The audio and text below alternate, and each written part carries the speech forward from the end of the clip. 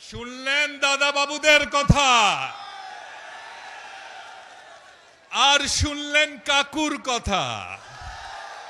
এখন বলে কি সীমান্তের ওপারেই আছি, চট করে নাকি ঢুকে যাবেন। আরে বিগত 15-16 বছরে বিএনপির নেতা কর্মীরা তাদের পুরনো জুতো স্যান্ডেল একটাও ফেলে দেয়নি। আমরা বহুবার বলেছিলাম, এই মঞ্চে দাঁড়িয়ে পার্টি অফিসের সামনে, বাংলাদেশের বিভিন্ন মাঠে ময়দানে দাঁড়িয়ে দাঁড়িয়ে আমরা বলেছিলাম, শেখ হাসিনাকে আমাদের কথা শোনেন, কেয়ারটেকার দেন, দেশে নিরপেক্ষ নির্বাচনের ব্যবস্থা করেন।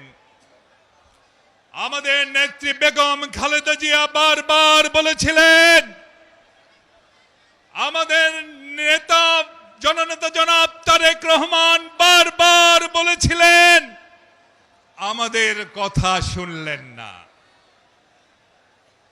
শুনলেন দাদা বাবুদের কথা, আর শুনলেন কাকুর কথা। আমাদের কথা যদি সেদিন শুনতেন, জনগণের এত ক্ষোভ আপনার বিরুদ্ধে হতো না, আর এইভাবে পালিয়ে যেতে হতো না।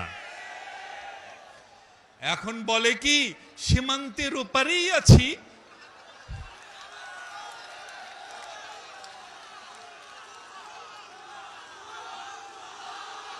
চট করে নাকি ঢুকে যাবেন।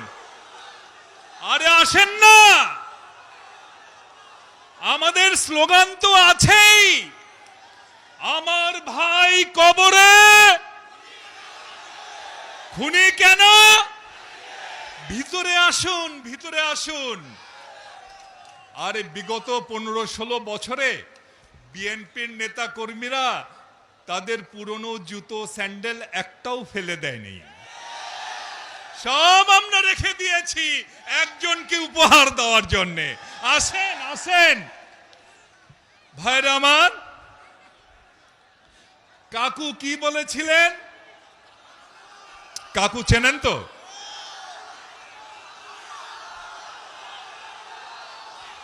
কাকু বলেছিলেন, মুজিবের মেয়ে শেখ হাসিনা পালাতে জানে না, বলেছিলেন না? এখন কাকু কোথায়? কাকু তো দুয়ার টুয়ায় হাইতন না, তাই না? কাকু দুয়ার টুয়ায় হাইতন না। আর আমরা কি দেখলাম? শেখ হাসিনা, আহারে সে কি দৌড়! এই দৌড়টা যদি অলিম্পিকে দিতেন তাহলেও তো একটা মেডেল আসতো। ভাইরা আমার, দলের সমস্ত নেতাকর্মীদের ফেলে চাচা আপন জান বাঁচা, নিজে বাঁচলে বাপের নাম বলতে বলতে পালিয়ে গেলেন। এখন তো দরবেশ বাবুরা দাড়ি কেটেও রক্ষা পাচ্ছে না। আওয়ামী লীগের নেতা কর্মীদের বলি, যে দলের নেত্রী কর্মীদের ফেলে পালিয়ে যায় সেই দল কইরেন না ভাই, আর কইরেন না।